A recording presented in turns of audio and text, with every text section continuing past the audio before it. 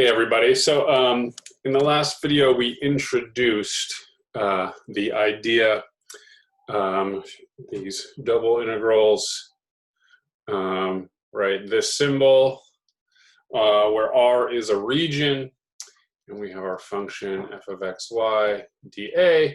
And what we said this represents is if we have, so R is going to be some rectangle, and F is a surface. Try to draw this, just some arbitrary surface. If we were to create the solid by finding where the projection of, right, the part of the surface above or below R, right, so this is going to be some sort of shape, some sort of solid, then this thing represents the volume of that solid, right? That's what this thing is. That's our definition. So there's a few properties that these kinds of integrals have. They're pretty similar to what we saw when we did integrals in single variable functions. And we're not going to prove them, but they come pretty directly both from the definition and geometric interpretation. So let me just go through these quickly, and then we have one other idea about these integrals to do. So if we have the sum of two functions,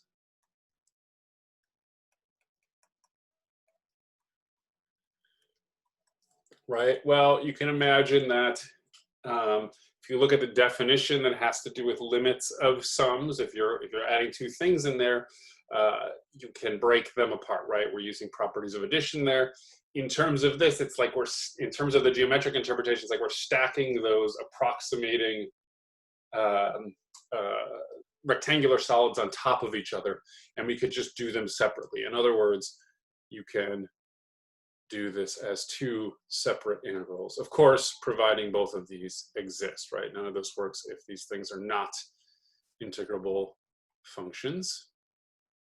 There's that one. If C is a constant, then this just has the effect. Again, you can look at the algebra. You're adding sums. If you're multiplying everything in there by a constant, you can factor it out, and that comes through the limit. Or geometrically, you can think it's scaling your object. So if its height was 7 and you multiply by 2, its height is now 14. You're gonna double the area. In other words, you can simply find the area and then scale it, or scale it first and then find the area, whichever one works out easier for you. And then finally, we have if f of x, y is less than, well, yeah, we can do it this way, it doesn't matter, is less than or equal to g of xy for all x, y in the region R, whatever this region is. Oops, I forgot my R here. Then the integral, this double integral or iterated integral, double integral over this function is going to be less than or equal to this integral. Okay. And again, geometrically, there's no big surprise. If I had another function, another surface above this one, and created the solid up to that one, of course, the volume is going to be bigger. Then there's, of course, all the little things. There's negatives, right? If our functions are below the x-axis, this comes out to be negative, but this will all still work in those cases. So these are just some of our properties that we have, okay? All right, one more idea for this part. I also want to, in single variable calculus, we came up with the idea of the average value of a function, right, which was defined to be the average value over the interval b, a, b. You take the integral of that function over that interval and multiply it by 1 over the length of that interval, okay? It's sort of like adding up all the area. It's adding up all the products of the interval times the height and then dividing, you're getting the average height. right? The average value of the function. We have a similar definition now when we have more variables. We're going to divide instead of by the length of the interval, I'm going to write A of R to be the area of this rectangle, right? And you multiply that by the integral of this function over that interval, over that rectangle, okay? Same idea.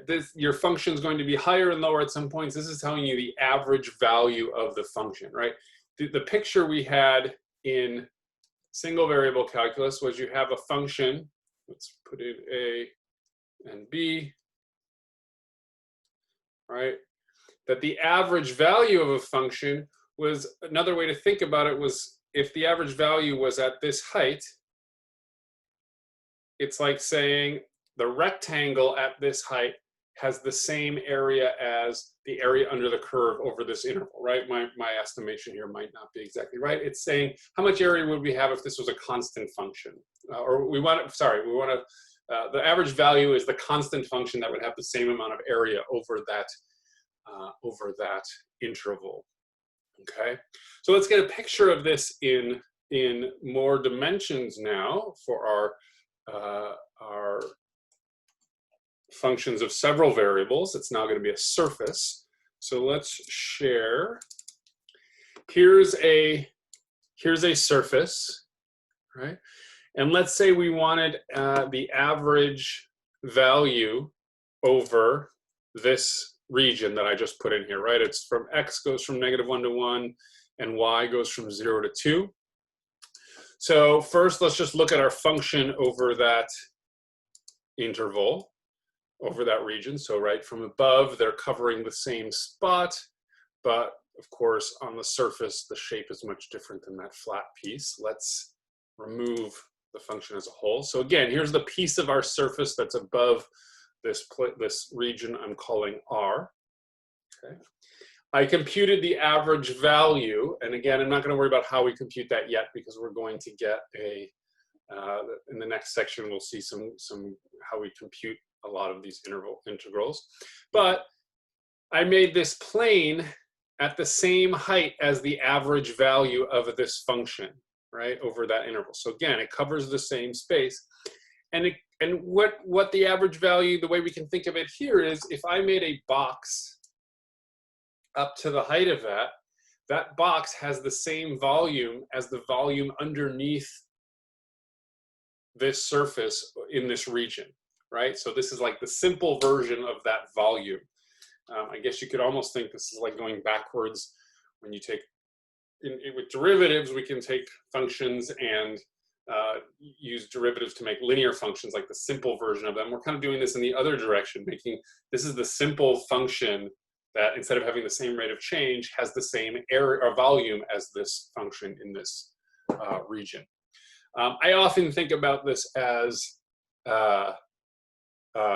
if this object, so I don't know how to program this to do what I want, but if you can imagine extending this object so it's solid, that's, connect this from that region at the bottom to that surface. If that was a chunk of ice and it melted in a rectangular container, this is what the water in it would do, right? It had the same volume.